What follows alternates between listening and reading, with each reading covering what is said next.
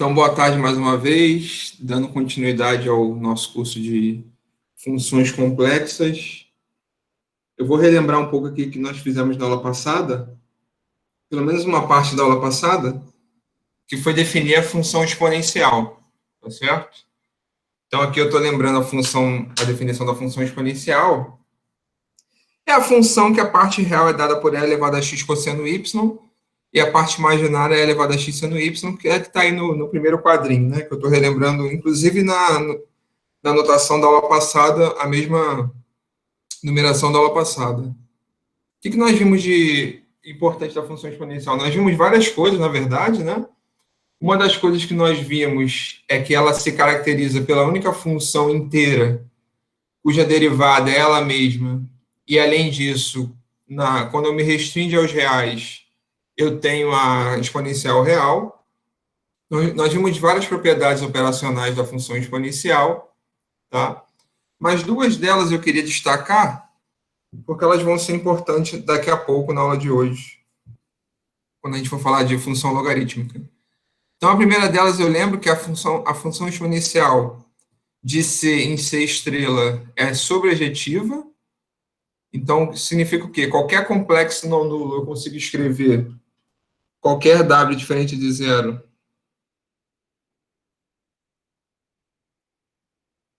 o que significa isso, né?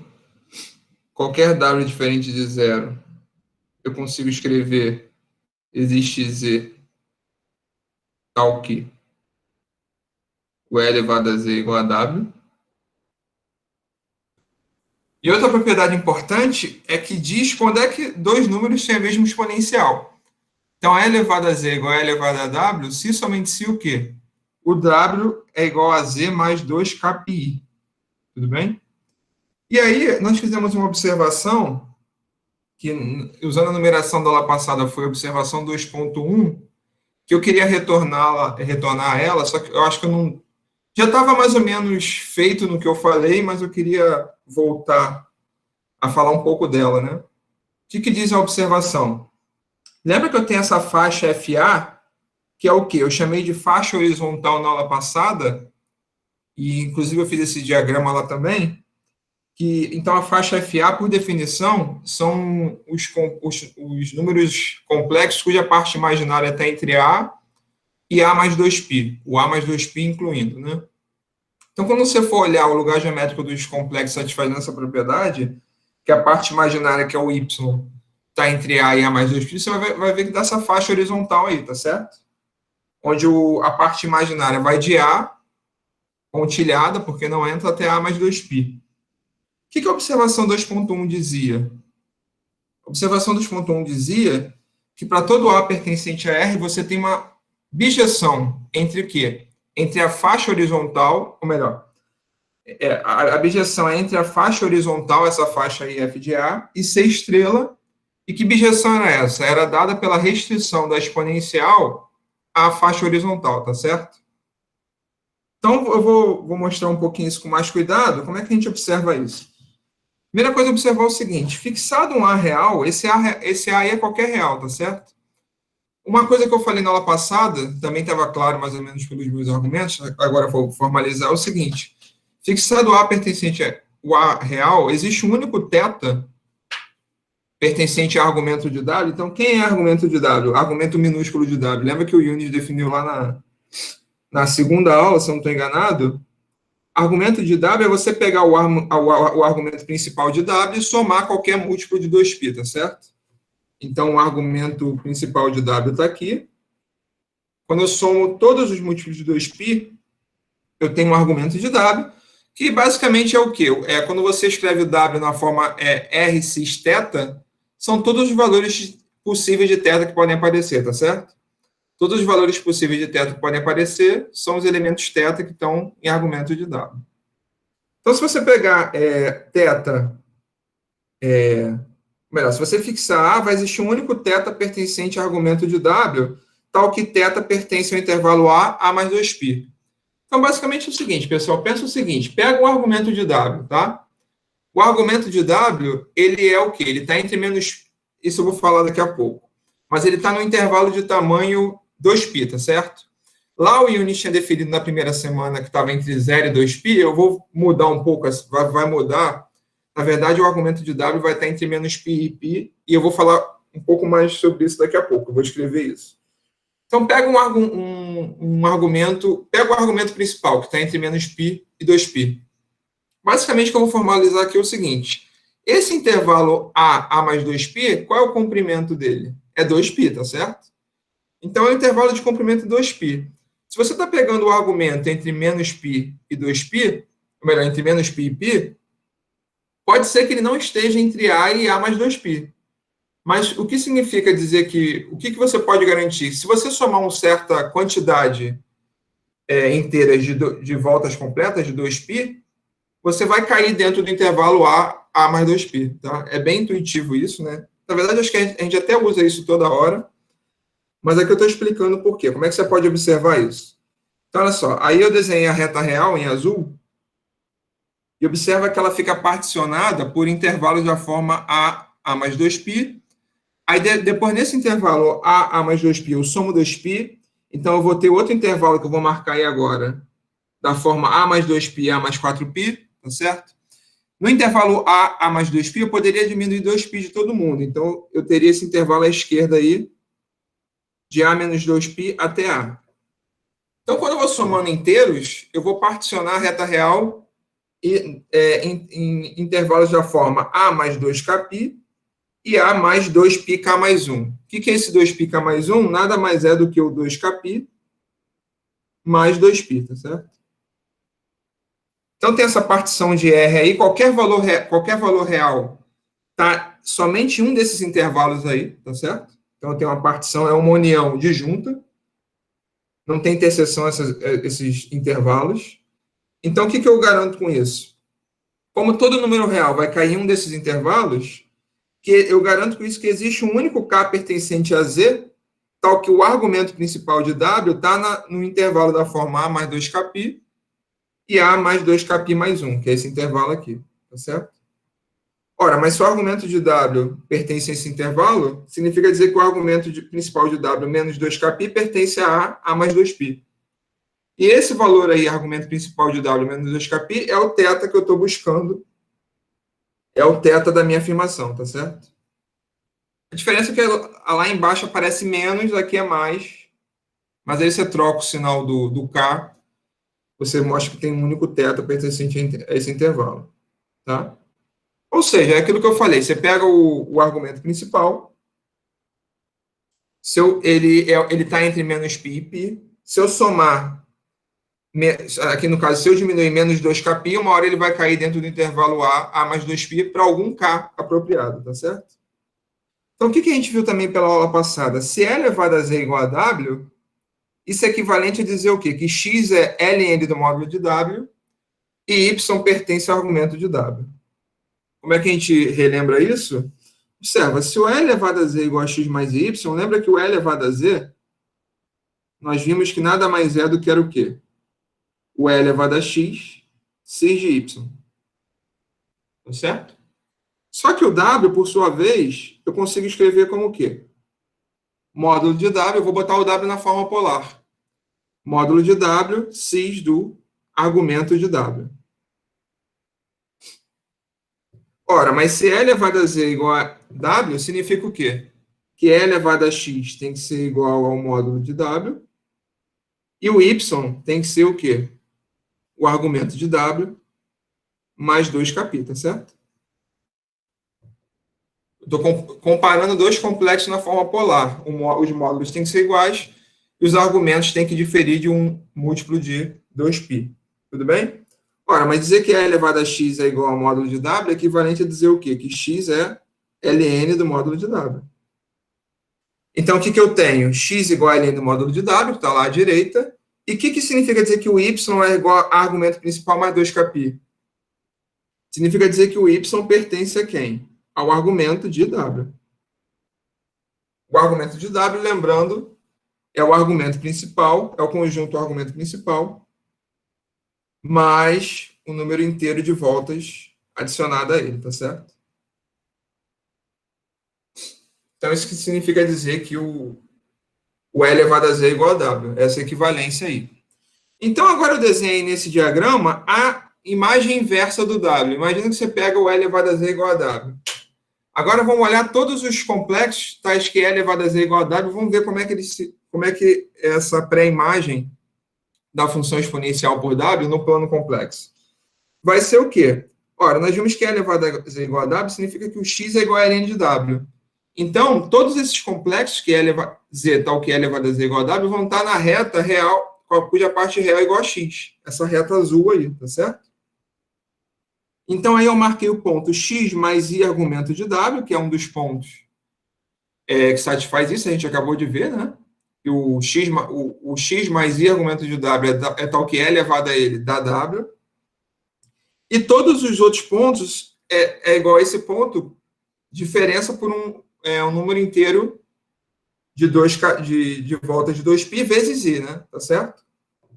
Então, lembra que esse y pertencente ao argumento de W, ele vai lá para o argumento do E elevado a Z. Então, vai ficar multiplicado por i. Então, o que eu tenho? Esse outro ponto aqui, ó, se você quiser marcar, quem é? Seria x mais i argumento de W mais 2π, tá certo? Então, esse 2π que está marcado em verde aqui, eu tô marcando a distância entre esses dois complexos. Tudo bem? Então, qualquer complexo aí que está cuja a diferença é elevado a z igual a w, eles diferem por um número inteiro de 2π e de 2πi. Isso já estava claro aqui, né, pessoal? Olha só. Vou voltar a relembrar aqui, ó. A gente viu isso, ó. E elevado a z igual a E elevado a w, se somente se o w é igual a z mais 2πi, tá certo? A gente já tinha visto isso. Só estou confirmando essa informação.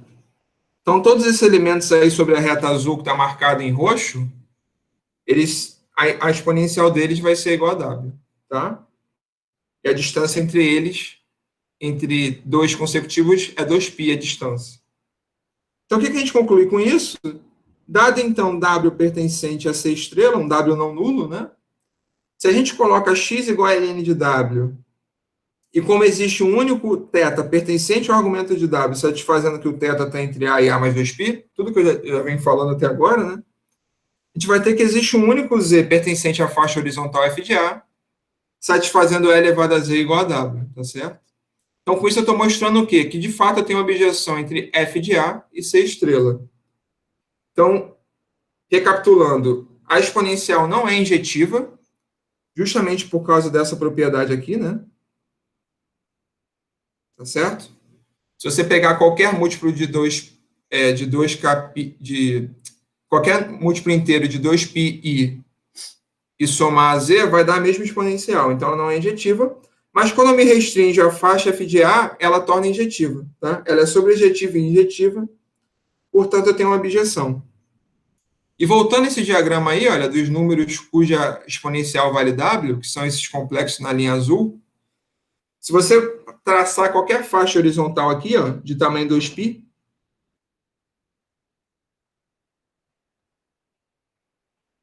você já vai ter uma objeção de fato, certo? Então, essas faixas horizontais aí de tamanho 2π, eu vou até fazer um pouquinho mais. Quando a gente faz pontilhada, é mais difícil caprichar, né? Qualquer exponencial que eu trace aí,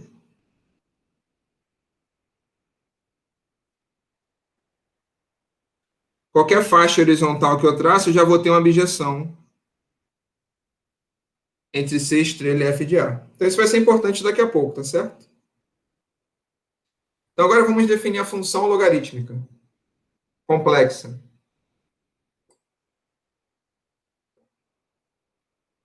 Então, a gente pode começar relembrando que quando eu tenho a exponencial real, a exponencial real é uma objeção entre quê? Lembra que a função exponencial real, claro que não toca aqui o eixo x, né? Ela é uma objeção entre quem? Entre o domínio, né? R e os reais positivos, tá certo? Na exponencial complexa, como eu acabei de observar, não tem mais essa objeção. Por quê? Por que exponencial complexa? Quando você pega W, Z e pega Z mais 2kπi, tem a mesma exponencial, então não é injetora.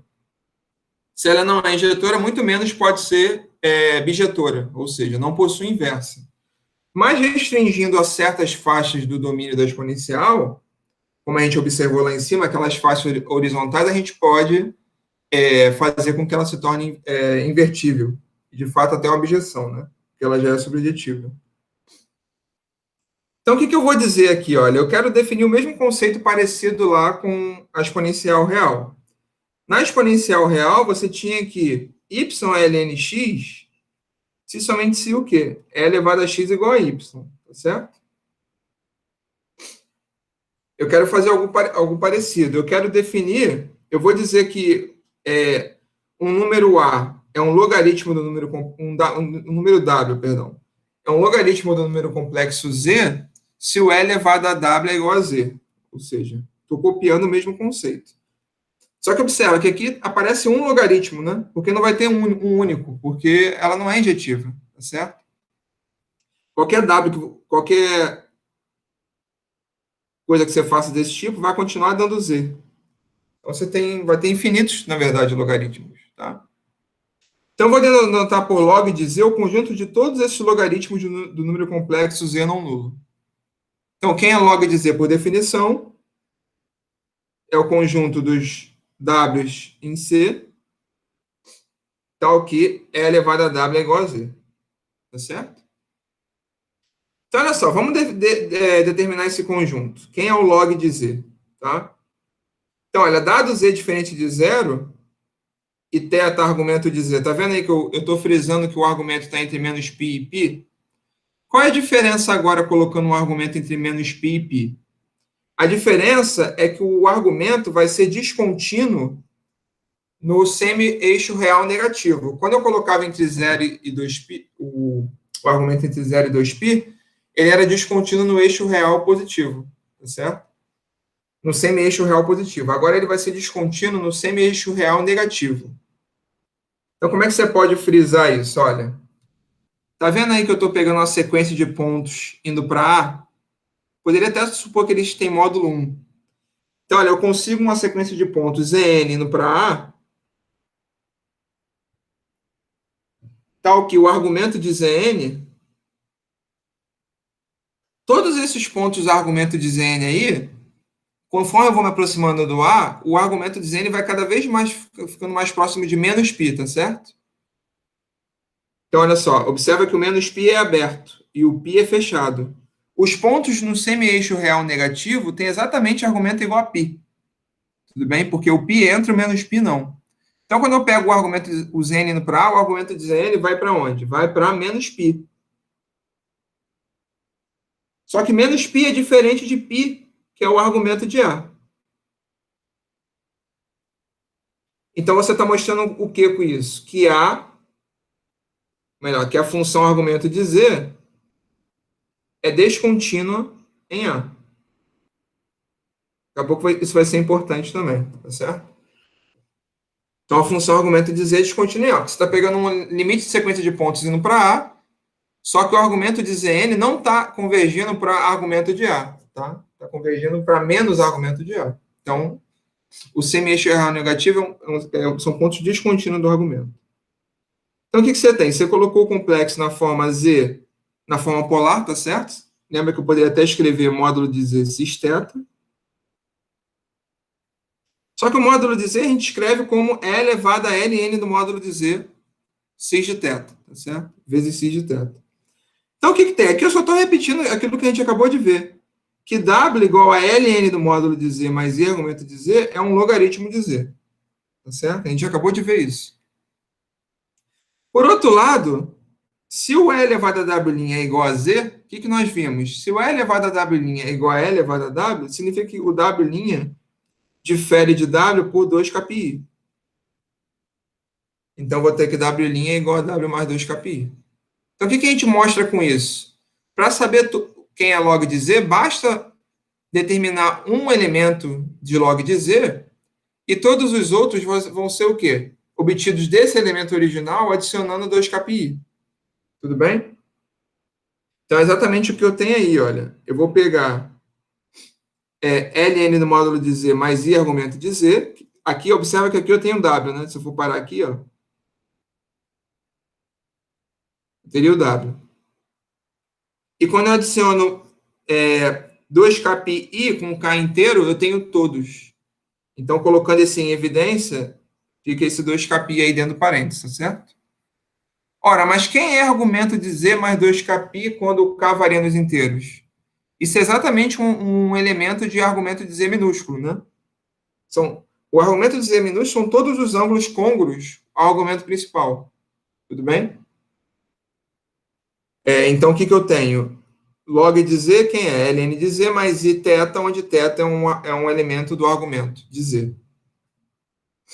Tudo bem, pessoal? Então, observe que não tem único. O log de z eu tenho, como eu já falei aqui antes, eu tenho infinitos números, tal que e elevado a z, ou melhor, infinitos w, tal que e elevado a w é igual a z. Então, a gente diz que log é uma função multivalente ou multivaluada, porque não tem só um único elemento, né? Então, a gente até abusa da notação, porque, a rigor, função tem que ter só uma imagem. Mas aqui seria uma função multivaluada no sentido que não tem uma imagem única, certo? Então, o que eu posso fazer agora? Fixado K, então, observa que a gente viu aqui que o log de z, isso aqui, olha, esse que eu estou repetindo aqui embaixo, é um elemento de log de z, um elemento qualquer. Tá certo? Mas como é que agora eu vou fazer para virar uma função? Eu vou fixar K.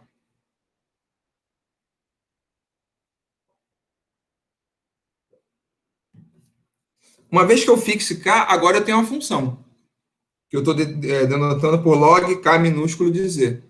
Quem é essa função? Essa função está pegando ln no módulo de z mais i argumento de z mais 2kπ, tá certo? Então, o K fixado eu tenho uma função. O domínio dessa função é ser estrela, tá? Vamos estimar quem é o argumento, esse ângulo aqui, ó, que é a parte imaginária do log K de z, que é, quem é a parte imaginária do log K de z? É argumento de z mais 2kπ. Vamos estimar onde é que está esse ângulo aí. Como é que você estima isso? Ora, se o argumento de z está entre menos π e π,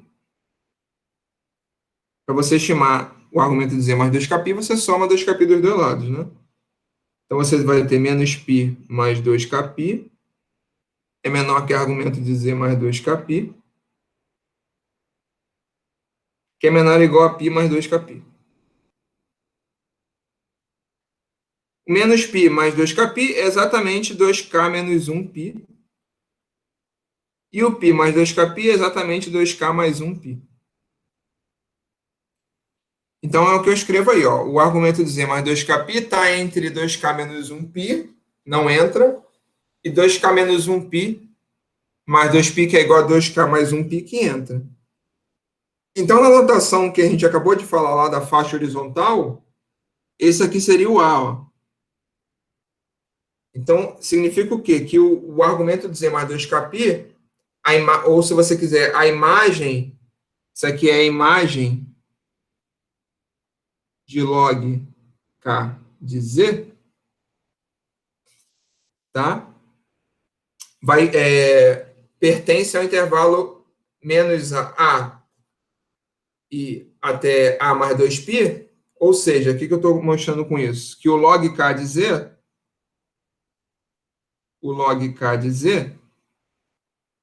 pertence à faixa horizontal f de 2k menos 1π, que o A é 2k menos 1π.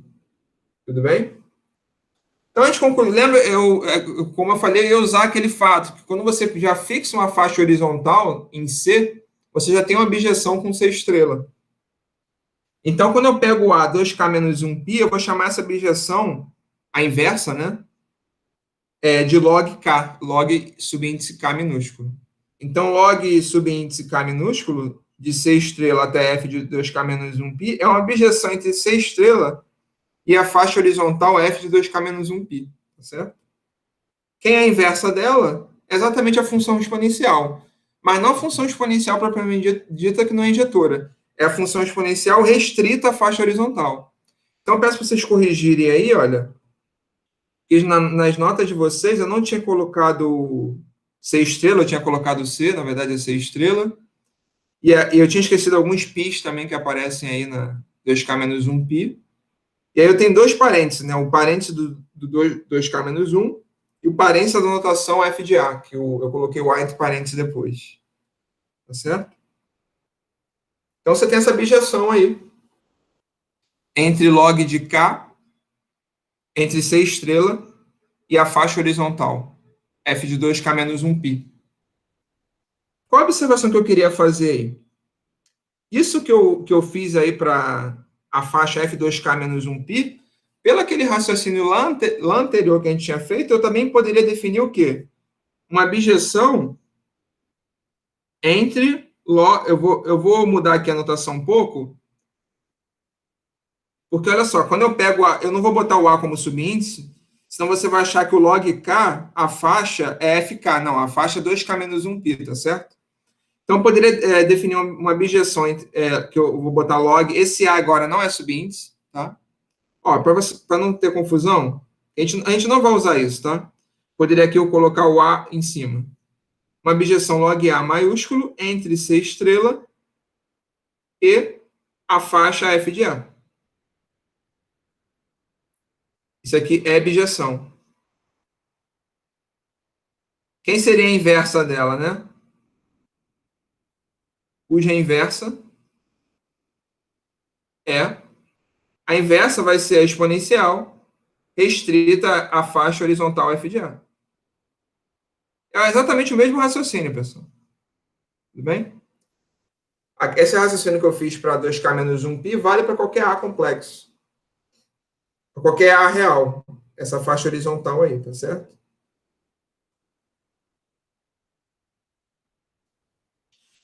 Então tá, mas a gente vai olhar mais para essas imagens log k de z, porque quando eu vario o k nos inteiros, essas imagens log k de z já dá todos os logaritmos do número complexo, tá certo? Então por isso a gente vai restringir ao log k de z, basicamente é isso.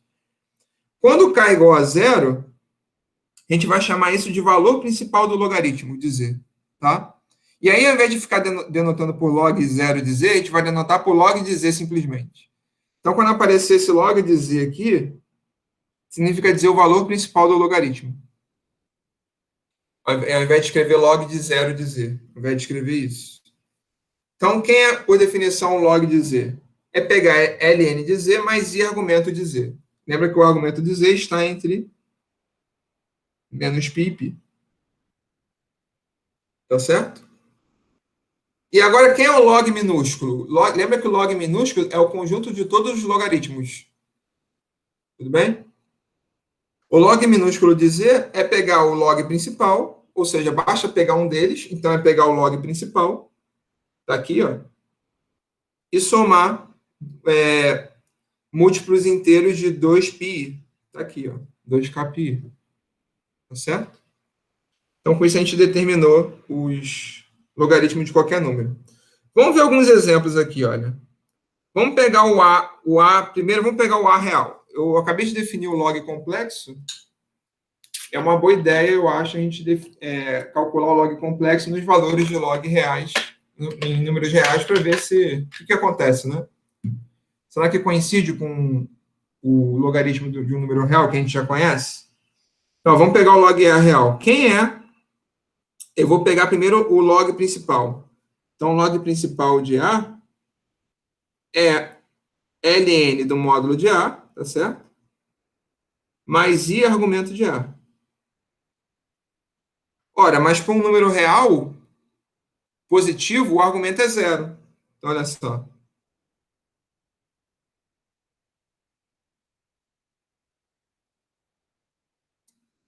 Eu estou aqui, né? Se eu pego um número real positivo, um A, eu estou aqui, ó. Tá certo? Então, o argumento, como é que ele se comporta? O argumento começa de próximo a menos π, quando eu pego números complexos, não no semi-eixo real negativo, né? Mas próximo dele, eu começo de menos π. Aqui é menos π. Aí eu vou aumentando aqui, ó. Imagina que você tá com raio constante, tá? Quando eu chego aqui no semi-eixo imaginário negativo, quanto é que vale o argumento desse número? Menos π sobre 2, tudo bem? Então aqui, ó, menos i, digamos que aqui é menos i. O argumento principal de menos i é menos π sobre 2. Então vou aumentando aqui, ó, até chegar em zero. Então no semi-eixo real positivo, o argumento principal é zero. Então vou aumentando aqui até chegar no semi-eixo real positivo, em i, por exemplo. Esses elementos têm argumento igual a quem? A π sobre 2. E aí eu continuo até chegar no semi-eixo real negativo. Se eu pegar A negativo,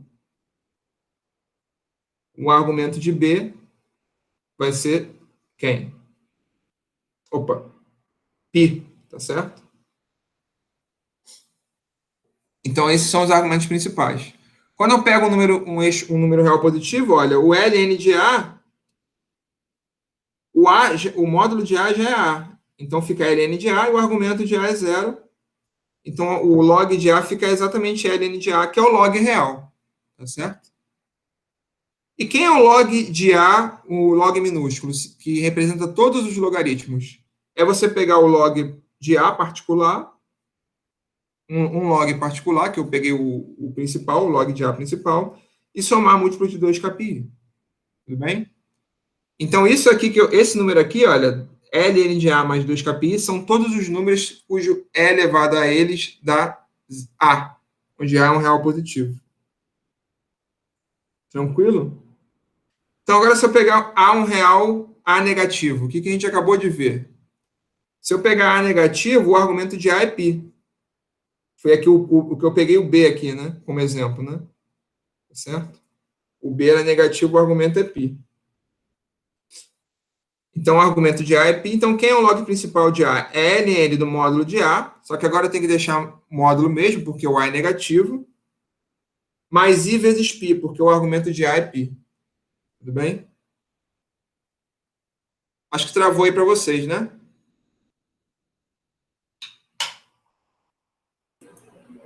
Travou. Tá. Só um momento.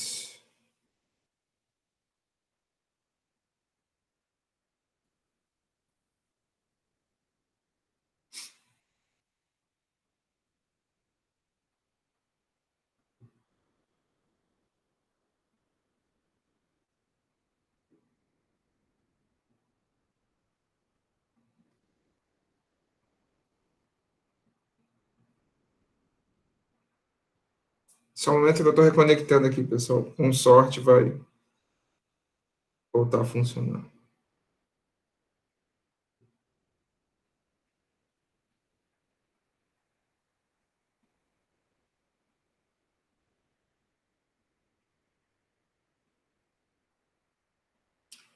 Tudo bem? Então, se eu pegar A negativo, fica ln de módulo de A mesmo, eu não posso agora tirar o módulo, né?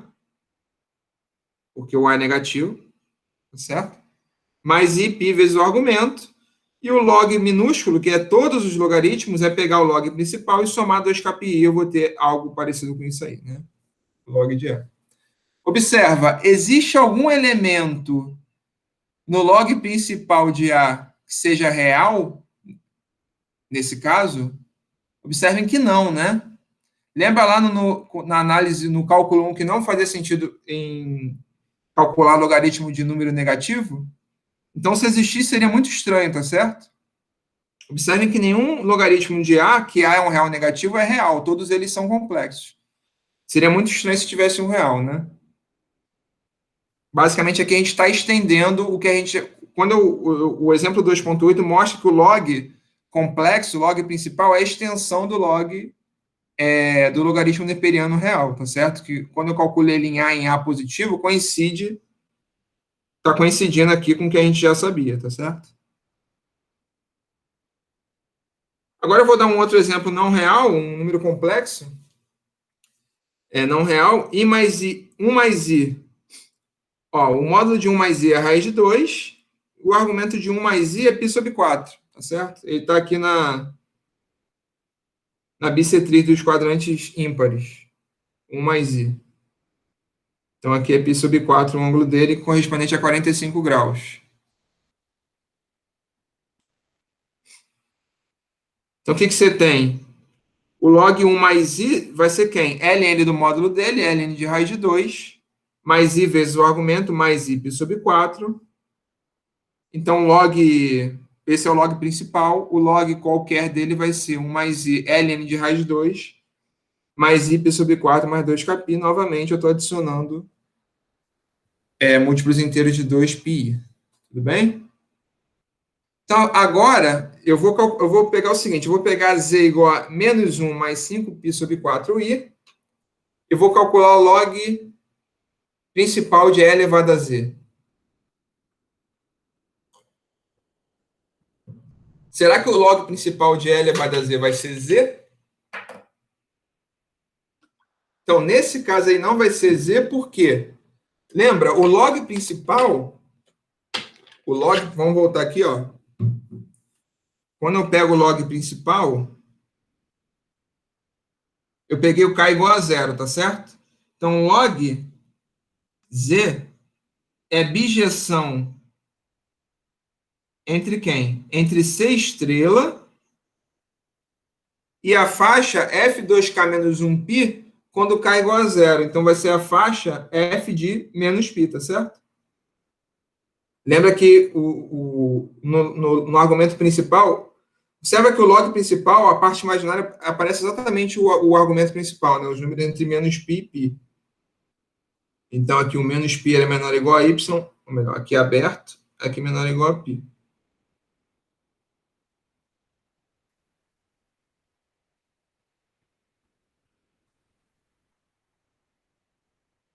São os números x mais i e y, cuja parte imaginária está entre menos π e π.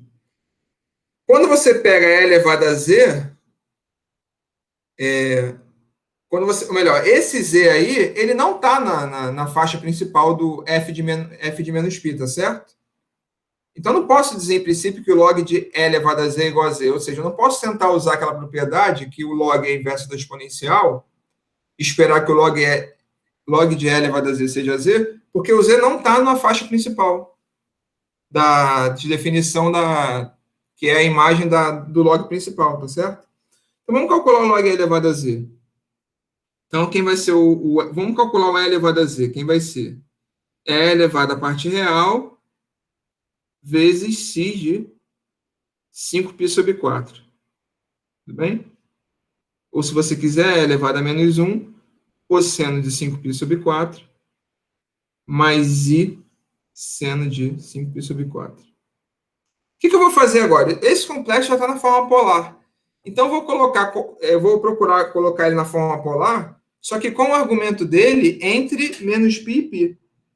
Então, o que eu observo? Olha, o 5π sobre 4, se você olhar bem, 5 sobre 4 é 1,25, tá certo? Então, 5π sobre 4, ele está entre π e 3π. O que você faz, então, para colocar ele na faixa principal entre menos π e π? Você diminui 2π, né? Tá certo? Então, se eu fizer diminuir 2π em todas as expressões, vai ficar o quê? Menos π menor ou igual a 5π sobre 4 menos 2π menor ou igual a π. Ou melhor, aqui eu coloquei aqui aberto, né? Eu quero frisar aberto para ficar aqui com o formato que a gente... Então, o 5π sobre 4 menos 2π, ele é maior que menos π e menor ou igual a π. Então, eu acabei de achar o argumento principal dele, está aqui, ó. Quem é isso? Isso é menos 3π sobre 4. Então, com isso, eu tenho que o argumento principal de e elevado a z é menos 3π sobre 4. Então, quem é o log de e elevado a z? Ele é ln do módulo de z, o módulo de e elevado a z, né? Então, é módulo de... Quem é o módulo de e elevado a z? E elevado a menos 1. Tudo bem? Então, ln de E elevado a menos 1, mais I, argumento. Vou escrever aqui direitinho. E elevado a Z, mais I, argumento de E elevado a Z. Então, vai ser E elevado a menos 1, ou melhor, ln de E elevado a menos 1, que é o módulo de E elevado a Z elevado a menos 1, mais I vezes menos 3π sobre 4. Então, vai ficar menos 1 menos 3π sobre 4. Então, não é... Observa que isso aqui é diferente de Z, tá certo? Não é Z, não precisa ser Z, né? Como eu falei, o Z não está na faixa da bijeção correspondente ao log principal. Mas observa. Menos 3π sobre 4i. Obrigado. Tá? Então, observa que o Z não está na faixa principal. Mas observa que o log E elevado a Z menos Z, como esperado, o log E elevado a Z menos Z é quanto? É 2πi, né? Ou seja, é uma constante de... um múltiplo inteiro de 2πi. Tudo bem? Porque tanto o E elevado a log E elevado a log E de Z e E elevado a Z são iguais. Tá? Então, olha só, vamos ver isso mais geralmente aqui, resumindo uma propriedade. A propriedade diz o seguinte, olha, essa proposição 2.7. Para cada K pertencente a Z, se eu pegar E elevado a log K de Z, eu vou ter igual a Z. Tá? Isso diz a proposição A, parte A. A parte B diz o quê? Se eu pegar Z, qualquer Z complexo, existe K tal que log E elevado a Z igual a Z mais 2kπi, que é exatamente o que acontece no exemplo anterior, tá certo? Eu acabei de frisar isso aqui, olha. O log E elevado a Z menos Z é 2πi. E por último, se o Z está na faixa principal aí, basicamente estou dizendo isso, quando eu digo que menos π é menor que y menor ou igual a π, então log E elevado a Z é igual a Z e o E elevado a log de Z é igual a Z também. Então vamos demonstrar isso aqui rapidinho e eu dou um intervalo, tá? A ideia é não fazer muita conta não, tá? Então olha só, como é que a gente mostra isso? Então vamos pegar A. Como é que eu justifico o A? O A é consequência de log K de C estrela F2K menos 1π C inversa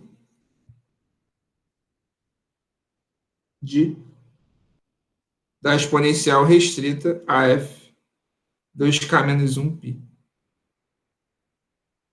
Te viu isso ainda agora, que quando eu restringe a função exponencial à faixa F2K menos 1π, vai ser uma abjeção entre C estrela e a faixa horizontal, F2K menos 1π.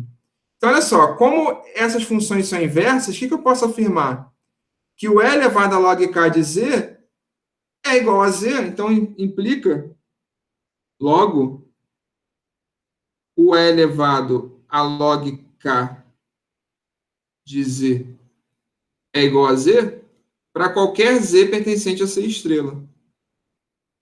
Ou seja, pessoal, quando você tem duas funções inversas, f de AB e g de BA, inversa, né? A g igual a f menos 1, lembra que a g de f de A é igual a A, para qualquer A pertencente a A, e a f do g de B é igual a B para qualquer B pertencente a B, tá certo? Eu estou pegando só uma dessas identidades aí. Eu estou pegando, se eu pegar E elevado a log K de Z igual a Z para qualquer Z pertencente a C estrela. Quando eu estou todas aquelas faixas principais têm bijeção com C estrela. Então, quando eu pego Z igual a C estrela, eu vou ter essa identidade aí, tá? O que eu não posso falar é o de baixo, olha. Se eu pegar log E elevado a Z, eu não posso falar que é Z, porque eu não sei se o Z está na faixa principal, tá certo? Mas como é que eu mostro a B? Ora, vamos chamar então W log de E elevado a Z. Por definição, o que o W satisfaz? Então, logo, o E elevado a W é igual a E elevado a Z, tá certo? Se o W é igual ao log de E elevado a Z, significa que o E elevado a W é E elevado a Z, tá? Mas o que você tem com isso? Você sabe que E elevado a W é E elevado a Z, se somente se o quê? Existe K inteiro, tal que o W é igual a Z mais 2kπi. Então, eu acabei de mostrar o que eu queria, porque o W é o log de E elevado a Z, tá certo? Então, o log de E elevado a Z é igual a Z mais 2kπi. Tranquilo?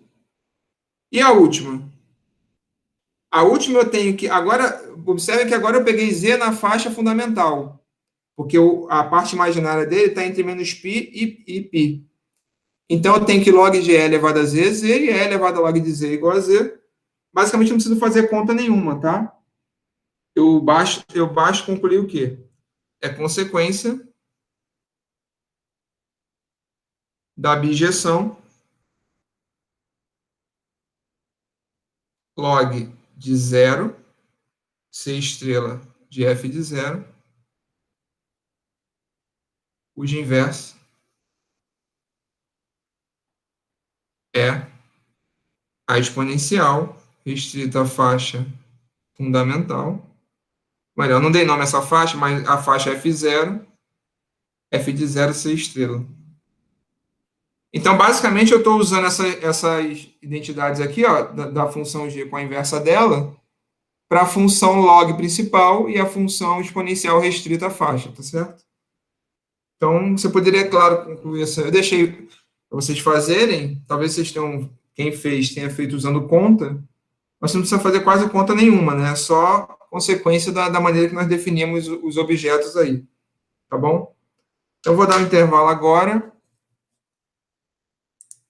e continuamos daqui a pouco.